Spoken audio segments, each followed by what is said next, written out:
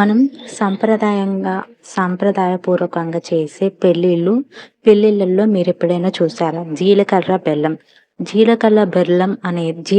బెల్లం అనేది ఎందుకు పెడతారు? దాని వెనుక ఉన్న సైంటిఫిక్ రీజన్ ప్లస్ సాంప్రదాయంగా ఉన్న రీజన్ ఏంటో ఈ వీడియోలో తెలుసుకుందాం. Okay, let's start the today's video.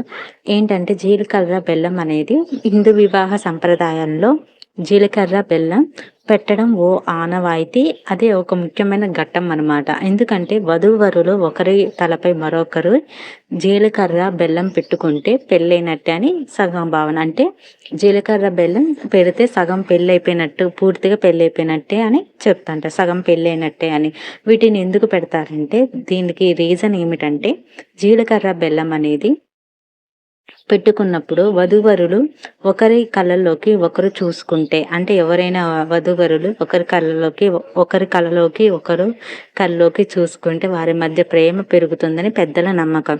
వీటిని ఆ పెళ్లి మండపంలోనే మూల తలపైన, అంటే నూరి తలపైన పెడతారనమాట. ఆ పెళ్లి మండపంలోనే జీలకర్ర బెల్లం అనే నూరి అనేది అక్కడే పెడతారు. ఎందుకంటే జీలకర్ర బెల్లం రెండు వేరు వేరు పదార్థాలు అయినప్పటికీ కానీ ఇవి రెండు కలిసిపోయి ఉంటాయి కాబట్టి ఆ పెళ్ళిలో అనేది అవి ముడిపడిపోతాయి కాబట్టి పెడతారు. అంటే వధూవరుడు వేరు వేరు కుటుంబాలు, వేరు వేరు మనస్తత్వాలు, వేరు వేరు అనుభవాలు, వేరు వేరు ఆలోచనలు, కానీ పెళ్ళయ్యాక మనసులు అనేది ఒకటిగా కలవబోతున్నాయి కాబట్టి జీలకర్ర బెల్లం అనేది పెడతారు. అవి రెండు కూడా వేరే పదార్థాలు కదండి, అలాగే మనిషి కూడా వేరు వేరు పదార్థాలు కాబట్టి ఇవి రెండు కలిసిపోయి ఉంటాయి కాబట్టి అందుకని వధూవరులకి కూడా వేరు వేరు మనసత్వాలైన జీలకర్ర బెల్లంలా వాళ్ళ బంధం అనేది బలంగా ఉండాలని తలపైన జీలకర్ర బెల్లం అనేది పెడతారు.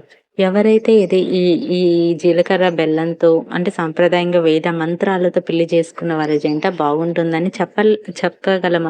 కానీ ఇప్పుడు ఈ జనరేషన్లో పెళ్ళిళ్ళు చేసుకుంటారు, తర్వాతకి 2 నెలలకు 1 నెలకు విడిపోతున్నారు. ఎందుకంటే డివోర్స్, అంటే మనసత్వాలు అనేది వాళ్ళ ఆలోచనలు అనేది సరిగ్గా లేవు.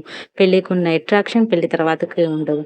అంటే వాళ్ళ అట్రాక్షన్ ఒకరినొకరు సాటిస్ఫాక్షన్ చేసుకోవాలని చూసి తపనతో పెళ్ళిళ్ళు చేసుకుంటున్నారు, కానీ నిజమైన జెన్యున్గా ఎవరు పెళ్ళిళ్ళు చేసుకోవట్లేదు.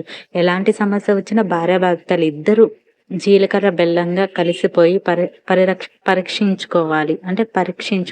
ఈ రెండిటిని మిశ్రమం ఒంటికి చలన చేయటం రక్తహీనత వంటి అనారోగ్య సమస్యల నుండి కూడా తగ్గిస్తుంది, ఊరట కలిగిస్తుంది. కాబట్టి వీటిని మనం జీలకర్ర బెల్లం అనేది దీనికి నిర్వచనంగా, దీనికి సంప్రదాయంగా మన హిందూ వివాహ సంప్రదాయంలో వీటిని పెడతారు.